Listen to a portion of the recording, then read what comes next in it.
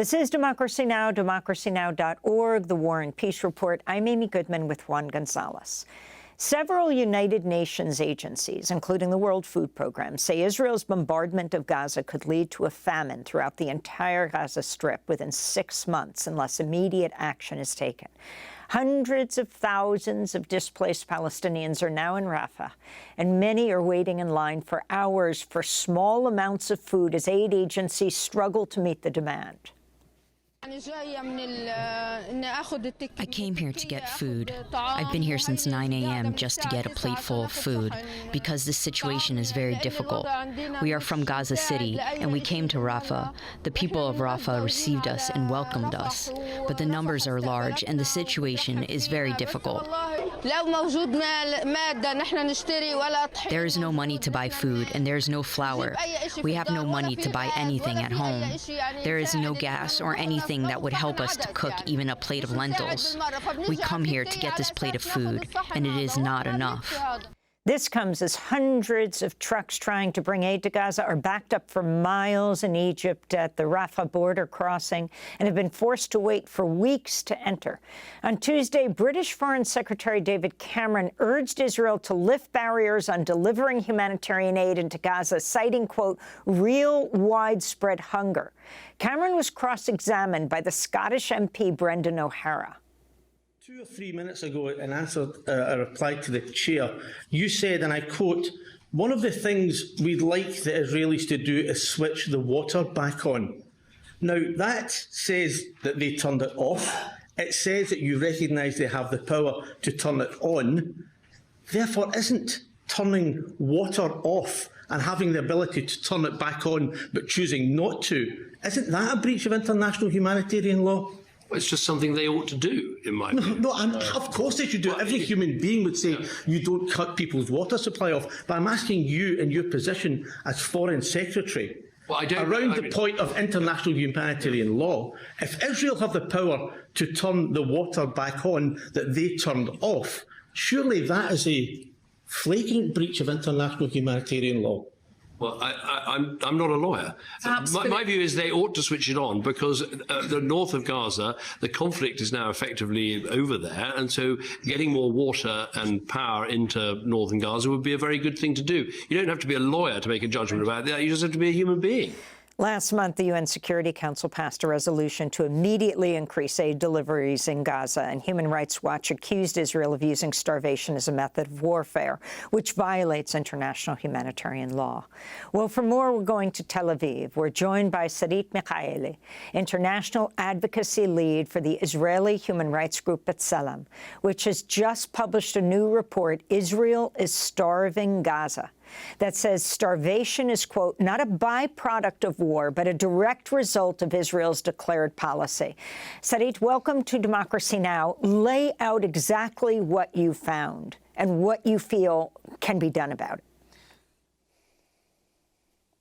Well, in very basic terms, almost everyone in Gaza is hungry almost all of the time.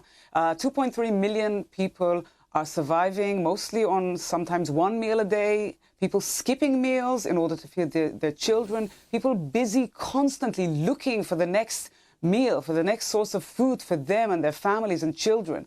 And all of this is happening in a place that is pretty much an hour's drive from here, right, where supplying humanitarian assistance and food and all the necessities like water and other things that people rely on should not be a difficult problem. We're not talking about some sort of remote region internationally. We're talking about an area that is accessible, where the things that impede this provision of food for people who are starving is a declared policy by Israel. The fact that Israel isn't allowing enough trucks in, the fact that Israel isn't providing the ability, the logistical infrastructure to actually drive this food into Gaza through places where it's possible to do, and many other decisions taken by the Israeli government that are impacting this, that are making it, making the amount of assistance that is coming into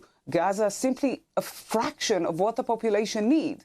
And Amy, you quoted the international experts on this issue. Within a month, they expect almost all of the residents of the Gaza Strip to be up to what is phase 3 of this scale of horror, of hunger. And this is simply unacceptable when it's very clearly preventable. And the things that was said in the British Parliament by Minister Cameron are very clearly a clarification that this is the result of Israeli policies and actions. This is not just some sort of coincidence or just some unfortunate byproduct of war.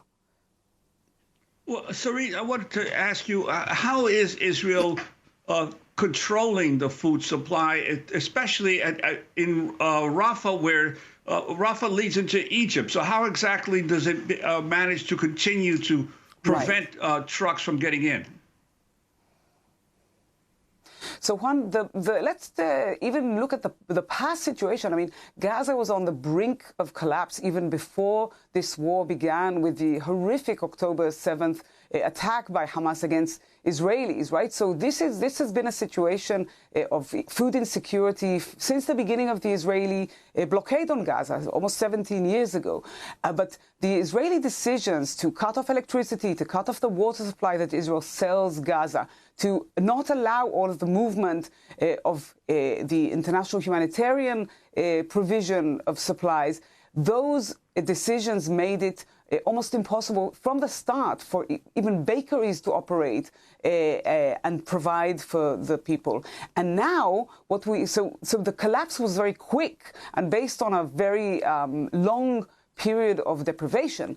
But now the issue really is that there needs to be hundreds of trucks entering Gaza every day, and just a fraction of that is entering. This is happening because Gaza, the Rafah crossing is just not equipped for the movement of goods. Goods should be entering Gaza through other border crossings that are generally with Israel, not with Egypt.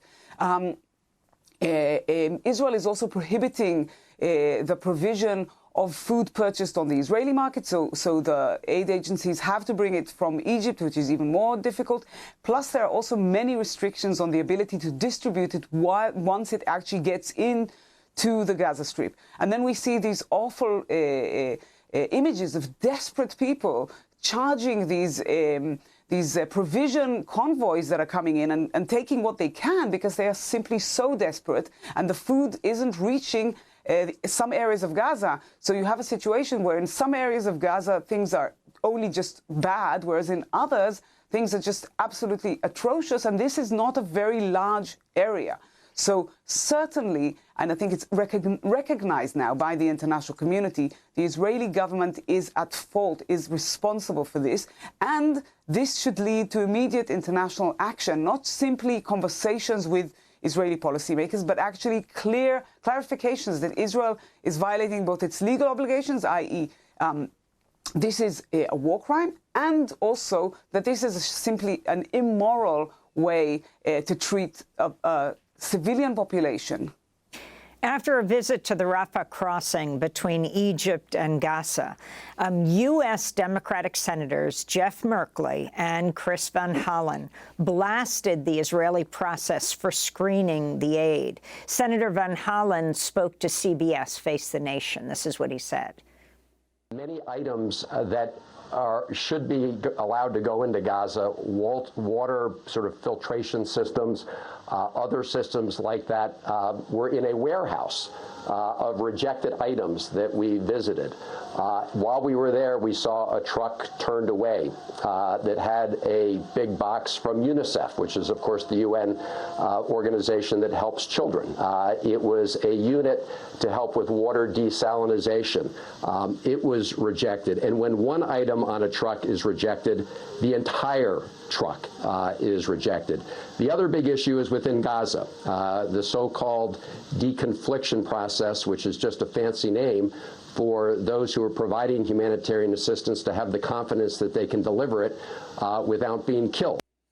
If you can talk more about this, Sarit. Again, the Senator Van Hollen is the one who has also called for release of more information about the Israeli sniper who murdered Shireen Abu Akleh on May 11th, 2022 in Jenin in the occupied West Bank. Yeah, absolutely, Amy. Well, we certainly appreciate the leadership that Senator Van Hollen and actually Senator Michaeli are showing on this issue, and it is absolutely crucial that U.S. lawmakers, both from the more progressive part of the Democratic Party, but also from the mainstream security-oriented, kind of more established part of the Democratic Party, are engaging with President Biden to demand action on this issue. Simply an unconscionable situation that is unfolding in front of us. Now, I'd like to refer to the second part of Senator Holland's discussion of the dangers inside of Gaza. Yes, absolutely. There's been another update by the UN Office for Coordination of Humanitarian Affairs, discussing an additional rejection by the Israeli authorities of another attempt to coordinate the transfer of medical goods into hospitals in the northern Gaza Strip. This was only the day before yesterday, apparently. So we're seeing that there are simply so many difficulties in trying to bring the aid, deliver the aid with safety for the aid providers, obviously, in this area that is bombed. And this brings us to the essential issue, which is that there needs to be a ceasefire in the Gaza Strip. There needs to be a halt to Israeli airstrikes and bombardments in order for this food and aid and assistance, and not only food, medical supplies and other necessities have to be provided. And this is the continuation of the hostilities is making this provision far too dangerous and impossible currently. This is one other reason why we need this to stop. B'Tselem has called for a ceasefire, but of course the most important reason for this to stop is to stop the killing of civilians, of women and children and human beings in the Gaza Strip in a way that absolutely is disproportionate to what is facing Israel right now, and to the policies of basically airstrikes, bombing residential homes. All of this is one, and the huge death toll, 23,000 Gazans and counting, as a result, that can only be described as a revenge attack after the horrific death toll that Israelis have suffered. But we simply cannot accept. It's certainly not moral, and it's certainly not legal that we inflict such a degree of suffering on Gazans, we Israelis, regardless of how much we have suffered and how horrific we have been affected by this. There is simply no justification for the continuation of this Israeli attack on Gaza, and it has to stop. There has to be a ceasefire. Sarit, I wanted to ask you, you're talking to us from Tel Aviv. How aware are Israelis of the catastrophic situation so close to where most of them live? And is there any significant portion of the population that cares? Well, unfortunately, Juan, the situation is very, very depressing and just painful when we look at the responses of many Israelis, possibly even the majority of Israelis, to what we see now in Gaza. I think the majority of Israelis still support what we are doing there. There is very little protest or very little rejection of the methods that Israel is employing in its attack against the civilian population of Gaza.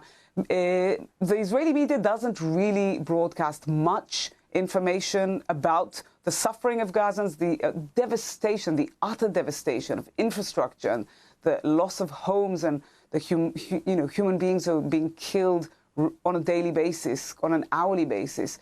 But one of the saddest aspects of this is that even when people are aware of it, there are so many politicians and influencers and people who are simply rejecting any need to respect the humanity of people in Gaza. And unfortunately, some of the people who are aware of the huge price, the horrific toll that Gazans are paying, are not, are simply okay with it. And this is one of the most depressing aspects of what is going on now in terms of the total dehumanization of Gazans among many people in Israel. There are, I should mention, there are Israelis who are opposed to this situation. There are Israelis who are calling to recognize the humanity of Gazans, but we are in the minority, unfortunately. Yeah, we have less than a minute left, but I wanted to ask you quickly. You've also been monitoring the violence in the West Bank that has gotten far less attention. Could you talk about what you've chronicled? Absolutely, yes. So since October 7th, there's also been a massive increase in the violence by Israeli soldiers and also security forces and Israeli settlers against Palestinians in the West Bank. It has led to a really large number of Palestinians killed by soldiers and by Israeli settlers. It has led to takeovers of land by settlers, to the removal, to the forcible transfer of Palestinian herding communities from very large parts of the West Bank. It's led to the total destruction of the olive harvest, for example, as a coordinated campaign by settlers to damage the Palestinian economy. And all of these things are happening with very little international attention. And again, this has got to end. There has to be a recognition of what is going on throughout the West Bank, of Israeli actions there, and how, and as we call when it comes to the situation in the Gaza Strip, there has to be international action to hold Israeli policymakers accountable for their decisions that have led to these horrific results.